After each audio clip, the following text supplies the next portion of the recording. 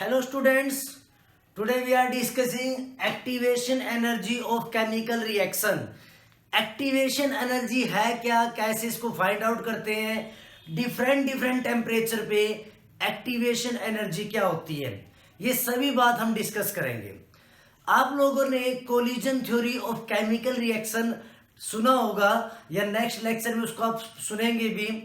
Collision theory of chemical reaction क्या कहता है कि जब भी कोई केमिकल रिएक्शन होती है तो रिएक्टेंट के मॉलिक्यूल्स आपस में टकराते हैं।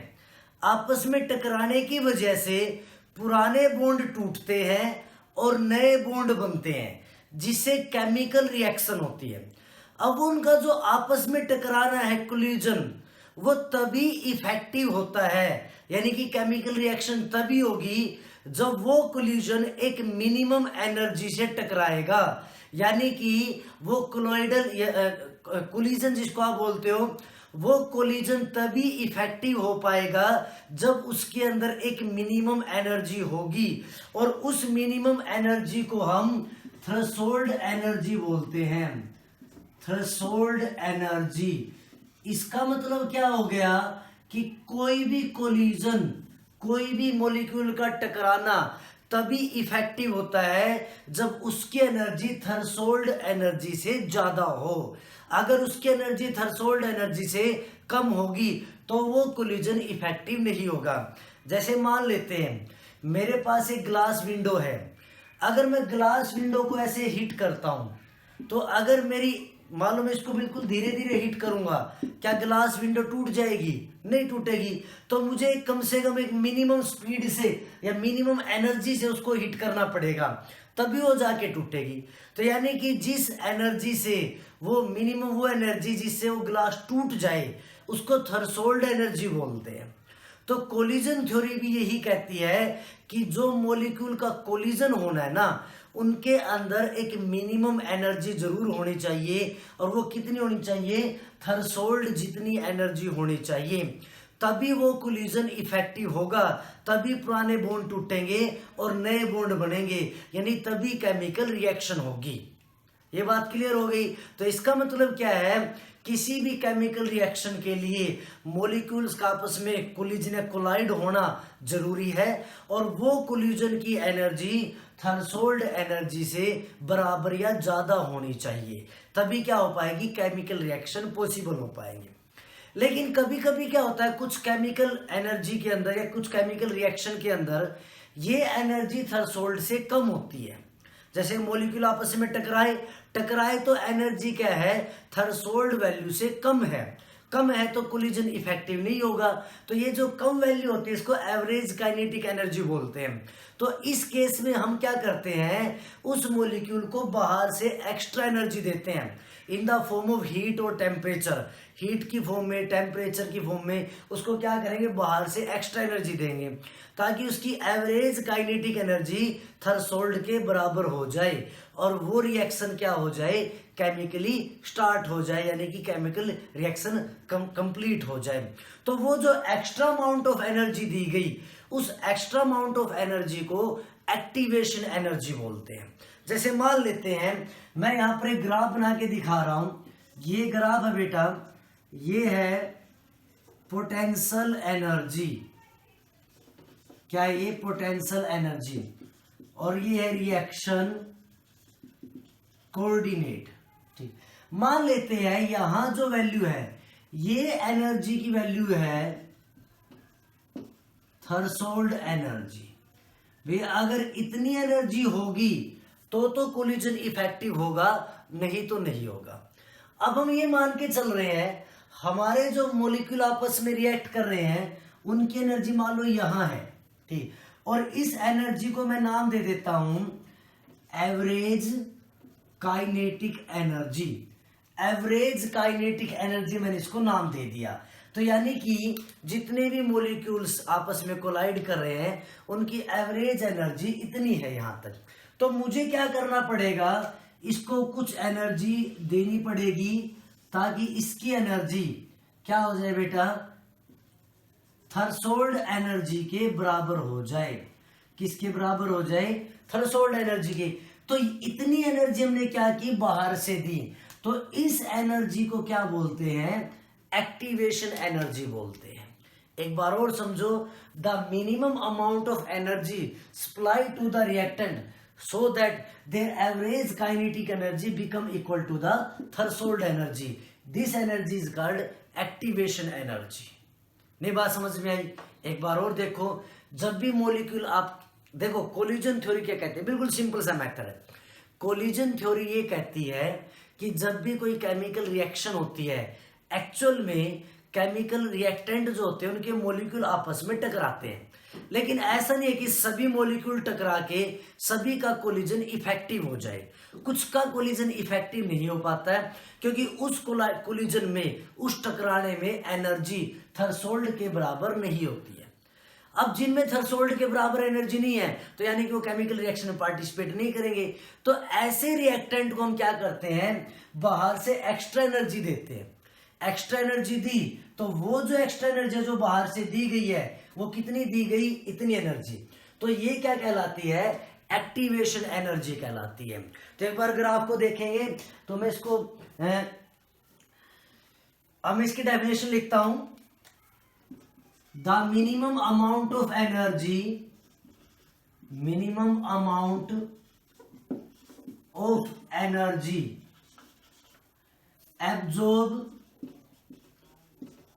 absorbed by the reactant so that their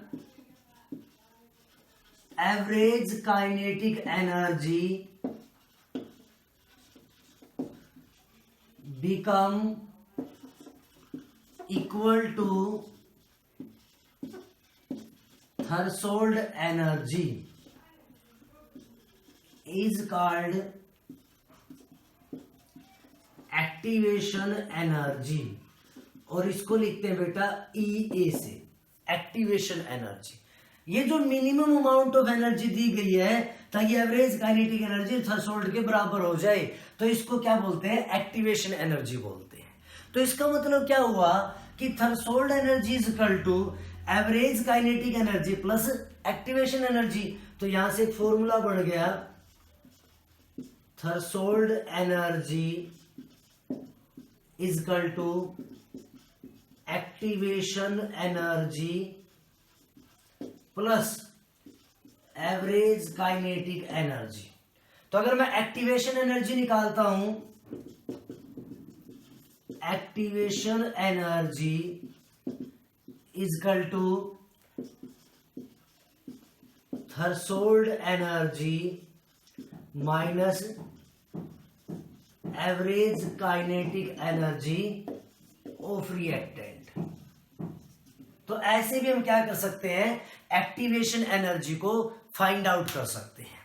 तो ग्राफ समझ में आ गया कैसे बना है, ठीक है, पता चल गया एक्टिवेशन एनर्जी क्या है। मैं आपको एक जनरल से एग्जांपल और देता हूं, जैसे बाय चांस कभी कभी हम स्कूटर लेके जा रहे हैं और स्कूटर खराब हो जाए, हम बार बार किक लगाते हैं तो स्कूटर के इंजन को प्रॉपर करंट नहीं मिल पाता, फिर हम क्या कहते हैं कि भैया धक्का लगाना, दो बंदे आते हैं धक्का लगाते हैं और धक्का लगाने से स्टार्ट हो जाता है। तो धक्का लगाने से क्या हुआ, उन लोगों ने उसको एक्स्ट्रा एनर्जी दी ताकि जो इंजन को एनर्जी चाहिए स्टार्ट होने में उसको मिल जाए। तो ये जो एक्स्ट्रा एनर्जी मिली और इंजन स्टार्ट हो गया, तो ये एक्स्ट्रा एनर्जी क्या है बेटा, एक्टिवेशन एनर्जी है। जनरली पता चलेगा एक्टिवेशन एनर्जी क्या है, ये बात क्लियर होगी। अब थोड़ा आगे देखते हैं।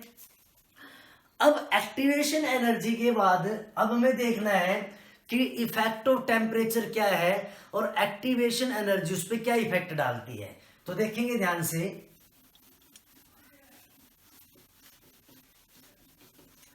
इससे पहले एक दो छोटी छोटी बातें और है बेटा। जैसे मैंने अभी आपसे ये कहा, अभी मैंने ग्राफ बना के दिखाया पोटेंशियल एनर्जी में और रिएक्शन कोऑर्डिनेटर में, ठीक है। मैंने कहा भी ये वैल्यू है थ्रेशोल्ड एनर्जी, और मैंने यहां लिखा एवरेज काइनेटिक एनर्जी, और मैंने इस एनर्जी को नाम दिया एक्टिवेशन एनर्जी, ये नाम दिया। अगर ये एवरेज काइनेटिक एनर्जी यहां पर होती तो मुझे क्या करना पड़ता, देखा जाए तो कम एक्टिवेशन एनर्जी देनी पड़ती। अगर ये यहां पर होती तो मुझे ज्यादा एक्टिवेशन एनर्जी देनी पड़ती। ये बात क्लियर होगी। तो जब ये यहां पर है तो रिएक्शन बड़ी जल्दी फास्ट हो जाएगी, बड़ी जल्दी हो जाएगी। जब ये यहां पर है तो रिएक्शन को यहां तक पहुंचने में टाइम लगेगा, यानी कि रिएक्शन थोड़ी स्लो हो जाएगी। तो जितनी कम एक्टिवेशन एनर्जी होती है रिएक्शन का रेट उतना ज्यादा बढ़ जाता है, यानी कि लेसर द, ये मैं प्रूव भी करके दिखाऊंगा, amount of activation energy faster the rate of reaction. किसी भी रिएक्शन का जो रेट है वो एक्टिवेशन एनर्जी पे डिपेंड करता है। जितनी कम एक्टिवेशन एनर्जी होगी उतनी ज्यादा रिएक्शन फास्ट होगी, उतना ज्यादा रेट क्या हो जाएगा, बढ़ जाएगा। क्लियर होगी बातें। जितना ज्यादा टेम्परेचर होता है उतनी ज्यादा एवरेज काइनेटिक एनर्जी होती है, उतनी कम एक्टिवेशन एनर्जी होती है और उतना ज्यादा रेट क्या हो जाता है, फास्ट हो जाता है। ठीक है, अब उसके बाद करते हैं टेम्परेचर का इफेक्ट। अभी मैंने टेम्परेचर वर्ड बोला है, हम लोगों को ये पता है टेम्परेचर अगर इंक्रीज होता है तो रेट ऑफ रिएक्शन भी इंक्रीज हो जाता है। Rate of reaction directly proportional temperature. और at every 10 degree Celsius, at every rise of 10 degree Celsius, rate of reaction becomes double. जब हम 10 डिग्री टेम्परेचर बढ़ाते हैं तो रेट ऑफ रिएक्शन क्या हो जाता है, डबल हो जाता है हर एक 10 डिग्री सेल्सियस में। ठीक, अब 10 डिग्री सेल्सियस में रेट ऑफ रिएक्शन क्या हो रहा है बेटा, डबल हो रहा है। तो इसको अगर हम बात करें तो इसको बोलते हैं टेम्परेचर कोफिशिएंट की टर्म में। तो इसको हम टेम्परेचर कोफिशिएंट की टर्म में डिफाइन करते हैं। तो ऐसे फॉर्मूला बनता है टेम्परेचर कोफिशिएंट। अब हम पढ़ रहे हैं एक्चुअल में effect of temperature, temperature on rate of reaction. Rate of reaction पे टेम्परेचर का इफेक्ट क्या है। टेम्परेचर बढ़ता है तो रेट ऑफ रिएक्शन बढ़ जाती है और हर एक 10 डिग्री सेल्सियस पे रेट ऑफ रिएक्शन क्या हो जाता है बेटा, डबल हो जाता है। अगर हम बात करें भी टेम्परेचर के एक्सप्रेशन को शो कैसे करें, तो टेम्परेचर के एक्सप्रेशन को टेम्परेचर कोफिशिएंट में एक्सप्रेस किया जाता है। इसको n से लिखते हैं। तो हम ऐसे बोलते हैं इसको, रेट कांस्टेंट एट, जो भी रेट कांस्टेंट की वैल्यू आएगी, rate constant at temperature plus 10 degree Celsius. जो भी टेम्परेचर है उससे हम 10 डिग्री सेल्सियस ज्यादा ले लेते हैं, divide by rate constant eight T degree Celsius. तो ऐसे हम रेट कांस्टेंट की वैल्यू निकाल लेते हैं अलग अलग टेम्परेचर पे और वहां से डिवाइड करके टेम्परेचर कोफिशिएंट में एक्सप्रेस करते हैं इफेक्ट ऑफ टेम्परेचर को। तो यहां तक क्लियर होगी बात ये। अब ये बात हमें ध्यान रखनी है कि हर एक 10 डिग्री सेल्सियस पे रेट क्या हो जाता है, डबल हो जाता है। इसको प्रूव करने की इतनी जरूरत नहीं है। अब इफेक्ट ऑफ टेम्परेचर और एक्टिवेशन एनर्जी और रेट कांस्टेंट, इन तीनों के बीच में एक रिलेशन बनाया अर्हेनियस नाम के साइंटिस्ट ने, जिसको हम अर्हेनियस कॉन्सेप्ट बोलते हैं या Arrhenius concept of temperature. Arrhenius equation भी बोल सकते हैं, Arrhenius equation of activation energy. Arrhenius equation के नाम से भी जानते हैं या ऐसे बोल सकते हैं effect of temperature, mathematical proof of effect of temperature. तो अर्हेनियस नाम के साइंटिस्ट ने क्या कहा कि जो रेट कांस्टेंट होता है के, वो ए की पावर ई अपॉन आर टी होता है। के क्या है बेटा, यहां पर लिख देता हूं मैं, रेट कांस्टेंट। रेट कांस्टेंट है के। ए क्या है यहां पर, एक्सपोनेंशियल से पहले, तो इसको बोलते हैं प्री एक्सपोनेंशियल फैक्टर। क्या बोलेंगे, मैं यहां लिख रहा हूं pre exponential pre exponential factor, तो इसको प्री एक्सपोनेंशियल फैक्टर बोलते हैं या इसको फ्रीक्वेंसी फैक्टर भी बोलते हैं। ये आगे वर्ड आएगा frequency factor, pre exponential factor या फ्रीक्वेंसी फैक्टर इसको बोलते हैं। और उसके बाद अगर मैं बात करूं ई ए, क्या है यहां पर ई ए, ये तो आपको पता ही है, एक्टिवेशन एनर्जी। ई ए क्या बेटा, एक्टिवेशन एनर्जी। आर क्या है, यूनिवर्सल गैस कांस्टेंट। आर की वैल्यू समझते हो 8.314 जूल पर कैलोरी पर मोल एसआई में। टी क्या बेटा, टेम्परेचर। तो अर्हेनियस ने एक इक्वेशन दी है जो रेट कांस्टेंट को एक्सप्रेस करता है इन टर्म ऑफ, किसमें, एक्टिवेशन एनर्जी में। यहां पर दो वर्ड आप अल्फाबेट आपने देखे हैं, ए और ई ए। तो ये जो ए एंड ई ए है इनको अर्हेनियस पैरामीटर्स बोलते हैं। A and E A collectively, एक साथ, कोलेक्टिवली कॉल्ड अर्हेनियस पैरामीटर। ए और ई ए को हम अर्हेनियस पैरामीटर बोलते हैं। तो एक फॉर्मूला दे दिया, K is equal to A E raise to power minus E A upon R T. अब इसी फॉर्मूले से हमें एक्टिवेशन एनर्जी या रेट कांस्टेंट को सोल्व करना है। तो अब हम इसको आगे डिस्कस करेंगे। एक बार और देख लो, जो भी रेट ऑफ रिएक्शन होता है वो टेम्परेचर पे डिपेंड करता है।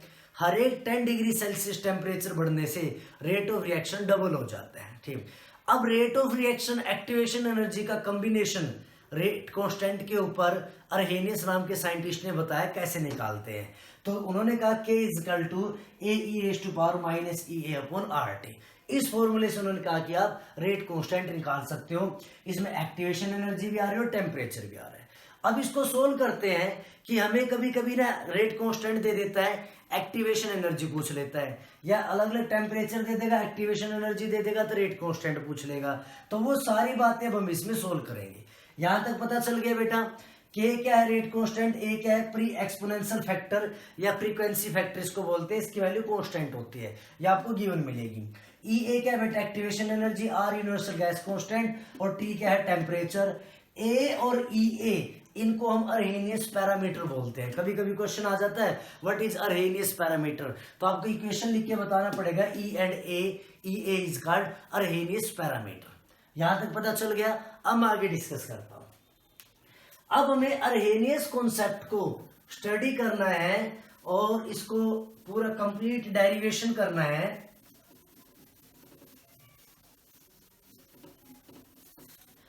हम लोगों ने अर्हेनियस इक्वेशन पढ़ी बेटा,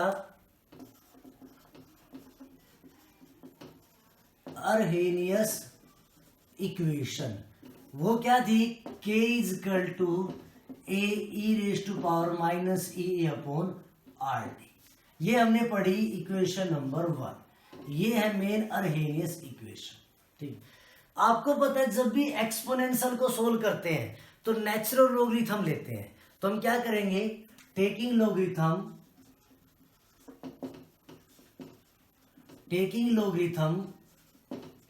बोथ साइड्स, दोनों साइड लॉगरिथम लेंगे। तो ln of k is equal to ln of a E A R T हो गया बेटा। अब देखो log m इंटू n, तो क्या हो जाएगा log m plus log n, यह आ जाएगा। और ln और e एक दूसरे के अपोजिट होते हैं तो कैंसिल हो जाएंगे, तो ये बचेगा ln of a minus E A upon R T, और ये किसके बराबर आएगा, k के। ये इक्वेशन नंबर होगी बेटा 2। अब इस इक्वेशन को मैं ऐसे लिख सकता हूं, ln of k is equal to minus E A upon R T. T को मैं ऐसे लिख रहा हूं बेटा, ध्यान से देखना, 1 upon T plus ln of a। y is equal to minus M X plus C. तो अगर मान लो मैं ग्राफ प्लॉट करता हूं किसके बीच में, ln ऑफ k और 1/t के बीच में, ठीक है। तो एक क्या आएगा बेटा, स्ट्रेट लाइन ग्राफ आएगा और जिसका स्लोप क्या बनेगा, -EA/r, और ये वैल्यू किसकी होगी, ln ऑफ a की। तो कभी कभी ना हमें ग्राफ दे देगा ln ऑफ k या 1/t के बीच में और स्लोप की वैल्यू दे देगा, कहेगा एक्टिवेशन एनर्जी निकालो, तो उस वैल्यू को इसके बराबर पुट कर देना और यहां से क्या आ जाएगी, एक्टिवेशन एनर्जी आ जाएगी। यहां तक कोई दिक्कत है? तो ये हमारी इक्वेशन नंबर हो गई 1। अगर मैं बात करता हूं डिफरेंट टेम्परेचर पे रेट कांस्टेंट की बात करता हूं, मान लेते हैं late K1 is the rate constant at temperature T1 and K2 is rate constant at temperature T2। अब देखो T1 पे ln है K1, इसको सोल्व कर लेते हैं। ln of K1 is equal to ln of A, ये हमेशा कांस्टेंट रहेगा, ई ए कांस्टेंट होता है, RT1 इक्वेशन नंबर 3। और ln of K2 is equal to ln of A E A upon RT2, ये इक्वेशन नंबर होगी 4। मैंने अलग अलग टेम्परेचर पे अलग अलग रेट कांस्टेंट निकाल दिया। अगर अलग अलग टेम्परेचर पे हमें डिफरेंट दो टेम्परेचर देता है, दो रेट कांस्टेंट देगा, एक्टिवेशन एनर्जी पूछेगा, तो इसलिए हमें एक फॉर्मूला यहाँ भी ड्राइव करना है। तो डिफरेंट टेम्परेचर पे मैंने डिफरेंट रेट कांस्टेंट निकाल दिया। अब मैं कर रहा हूं सब्ट्रैक्ट या फिर फ्रॉम इक्वेशन 4 माइनस इक्वेशन 3। 4 में से 3 आप सब्ट्रैक्ट कर दीजिए। जब इक्वेशन 4 में से 3 सब्ट्रैक्ट करेंगे, देखो यहां तक पता चल गया, एक बार देख लो, एक्सपोनेंशियल वैल्यू नेचुरल लॉगरिथम के अपोजिट होती है, तो नेचुरल लॉगरिथम से ही एक्सपोनेंशियल कैंसिल होता है हमेशा। तो मैंने क्या किया, लॉगरिथम ले लिया, log m इंटू एन लगा दिया, log m plus log n, ln से e कैंसिल हो गया, ये वैल्यू आ गई। फिर मैंने इसमें ग्राफ प्लॉट कर दिया, उसके बाद जाकर के ये वैल्यू आ गई, ठीक है। ग्राफ पता चल गया बेटा। अब मैं इसको क्या कर रहा हूं, अलग अलग टेम्परेचर पे फाइंड आउट कर रहा हूं।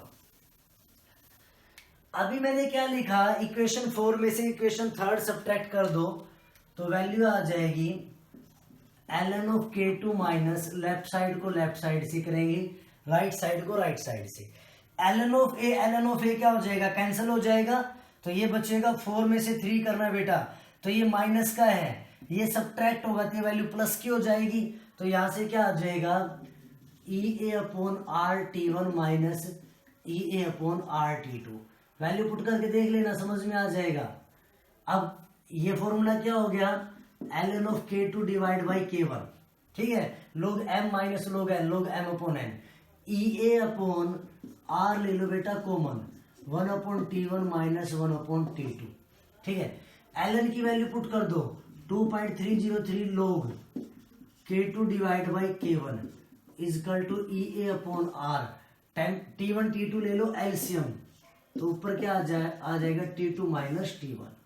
ये मैंने क्या किया बेटा, एलसीएम ले लिया, इस वैल्यू को इधर ले जाओ, log K2/K1 is equal to EA/2.303R, और उसके बाद आ गया log T2 minus T1 T2।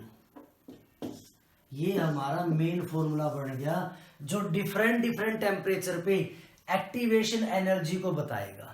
वो आपको कहेगा T2 पे रेट कांस्टेंट है K2, T1 पे रेट कांस्टेंट है K1, एक्टिवेशन एनर्जी निकालिए, वैल्यू पुट करके क्या कर लेंगे, एक्टिवेशन एनर्जी निकाल लेंगे। बहुत ज्यादा इंपॉर्टेंट फॉर्मूला है, इस पे बहुत सारे न्यूमेरिकल आते हैं पेपर में।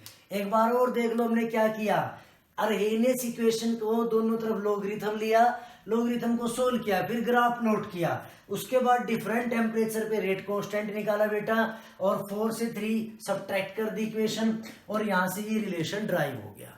तो यहां तक पता चल गया। इस इक्वेशन पे मैंने एक ग्राफ बना के दिखाया था। अब मैं इसी इक्वेशन की बात कर रहा हूं, मैं एक ग्राफ और प्लॉट कर रहा हूं, ध्यान से देखना। From equation 2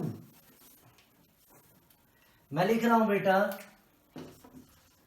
from equation 2 ln की वैल्यू पुट कर दो, 2.303 log k is equal to 2.303 log a minus E A upon R T. 2.303 common ले लो ताकि कैंसल हो जाए। 2.303 log k is equal to 2.303 log a minus E A upon 2.303 R T. कोई दिक्कत है? इससे कैंसल हो गया तो यहां से क्या आ गया, log k is equal to log a minus E A upon 2.303 R T. इस वैल्यू को आगे लिख लो बेटा, तो ये हो गया log k is equal to minus E A upon 2.303 R 1 upon T plus log a y is equal to minus M X plus C. तो अब एक और ग्राफ प्लॉट कर रहा हूं मैं, ध्यान से देखना। ये ग्राफ है बेटा log k, वो ln के बीच में था, ये log है, और ये भी हो गया 1 अपॉन टी। तो एक क्या आएगा, स्ट्रेट लाइन ग्राफ आएगा डाउन द ग्रुप, क्योंकि माइनस है, और इसका स्लोप क्या बनेगा, minus E A upon 2.303 R, और ये वैल्यू किसकी होगी, log a की। देखो वहां पर हमने ln लिया था, नेचुरल लॉगरिथम, और वहां वैल्यू आई थी minus E A upon R. लेकिन अगर आपको log k मिले तो ये वैल्यू हो जाएगी minus E A upon 2.303 R हो जाएगी। यहां तक पता चला। तो अलग अलग टेम्परेचर पे अगर हमें रेट कांस्टेंट दे दे, डिफरेंट डिफरेंट एक्टिवेशन एनर्जी निकालने, तो ये फॉर्मूला यूज करेंगे। कभी कभी हमें ग्राफ दे देता है और एक्टिवेशन एनर्जी पूछ लेता है, स्लोप की वैल्यू दे देगा, उसको इसके बराबर पुट कर लेंगे बेटा, और वहां से क्या आ जाएगी, एक्टिवेशन एनर्जी आ जाएगी। एक बार और देख लो अर्हेनियस का कॉन्सेप्ट क्या है। तो y is equal to minus M X plus C. तो माइनस एम एक्स स्लोप जब माइनस है तो डाउन द ग्रुप ग्राफ बनता है, स्ट्रेट लाइन ग्राफ है, डाउन है, तो यहां से वैल्यू आ जाएगी। तो ये था हमारा कॉन्सेप्ट एक्टिवेशन एनर्जी का। हम मैथमेटिकली एक्टिवेशन एनर्जी कैसे फाइंड आउट करते हैं, अर्हेनियस कॉन्सेप्ट से। अर्हेनियस कॉन्सेप्ट क्या है वो हमने यहां पर पढ़ा। एक बार और बताता हूं, एक्टिवेशन एनर्जी जितनी ज्यादा होगी, अब देखो मैंने आप लोगों को एक वैल्यू बताई है कि एक्टिवेशन एनर्जी जितनी कम होगी रेट उतना ही ज्यादा होगा, यानी कि रेट कांस्टेंट की वैल्यू क्या होगी, उतनी ही ज्यादा होगी। रेट कांस्टेंट बढ़ेगा तो रेट अपने आप क्या हो जाएगा, इंक्रीज हो जाएगा। तो देखो ध्यान से, वो मैं प्रूफ करके दिखाता हूं आपको। हमने अर्हेनियस कॉन्सेप्ट पढ़ा, अर्हेनियस कॉन्सेप्ट की इक्वेशन हमने डिस्कस की अभी। अब आप इसी इक्वेशन से देखिए, इसी इक्वेशन के अकॉर्डिंग अगर मैं मान लो इसके अकॉर्डिंग देखेंगे, सबसे पहले बात करते हैं टेम्परेचर की। ये इक्वेशन है k is equal to A E raise to power E A upon R T. अगर मैं टेम्परेचर की बात कर रहा हूं बेटा, मैं टेम्परेचर क्या कर रहा हूं, इंक्रीज कर रहा हूं। टेम्परेचर इंक्रीज करूंगा तो ई ए अपॉन आर टी की वैल्यू क्या होगी बेटा, डिक्रीज होगी, क्योंकि टेम्परेचर क्या नीचे है, डिक्रीज होगी। और माइनस वैल्यू है, minus E A upon R T क्या होगा बेटा, इंक्रीज होगा, क्योंकि माइनस वैल्यू क्या होती है, इंक्रीज होगी। कोई दिक्कत है? और ये इंक्रीज होगी तो इसका मतलब एक्सपोनेंशियल भी क्या होगा बेटा, ई ए आर टी, ये भी क्या होगा, इंक्रीज होगा। ठीक है, अगर ये इंक्रीज हो रहा है तो इसका मतलब क्या है, रेट कांस्टेंट और रेट ये भी क्या हो रहा है, इंक्रीज हो रहा है। क्योंकि ये वैल्यू इंक्रीज होगी तो प्रोडक्ट बढ़ेगा, तो के भी क्या हो जाएगा, इंक्रीज हो जाएगा। अब मैं बात करूं एक्टिवेशन एनर्जी की। अगर हम एक्टिवेशन एनर्जी डिक्रीज करते हैं तो ई ए अपॉन आर टी ये वैल्यू क्या हो जाएगी, ध्यान से देखना।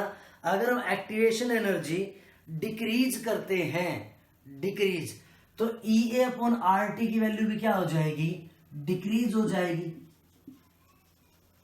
ठीक है, क्योंकि ऊपर वाली वैल्यू डिक्रीज कर रहे हैं तो नीचे और बड़ी रह जाएगी, तो डिक्रीज हो जाएगी। ये डिक्रीज हो गई तो minus E A upon R T क्या हो जाएगी बेटा, इंक्रीज हो जाएगी।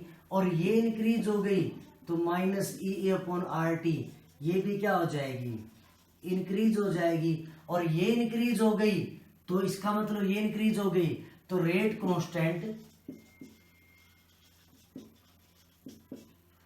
और रेट ये क्या हो जाएगा, इंक्रीज हो जाएगा। तो इसका मतलब क्या हुआ, जितनी कम एक्टिवेशन एनर्जी होगी या जितना ज्यादा टेम्परेचर होगा, रेट ऑफ रिएक्शन क्या हो जाएगा, उतना ही बढ़ जाएगा। एक्टिवेशन एनर्जी कम होगी तो रेट ऑफ रिएक्शन क्या हो जाता है बेटा, बढ़ जाता है, क्योंकि हम थ्रेशोल्ड एनर्जी पे बड़ी जल्दी पहुंच जाते हैं। बड़ी जल्दी पहुंचेंगे तो रेट ऑफ रिएक्शन क्या हो जाता है, इंक्रीज हो जाता है। तो ये सभी था बेटा एक्टिवेशन एनर्जी के बारे में। अब इसके बाद हम पढ़ेंगे कोलिजन थ्योरी को। आई होप यहां तक आपको समझ में आया होगा। तो जल्दी से नोट्स बनाओ, बहुत इंपॉर्टेंट टॉपिक है, न्यूमेरिकल आते हैं इस पे, जरा ध्यान से अच्छे से करना है इसको हमें।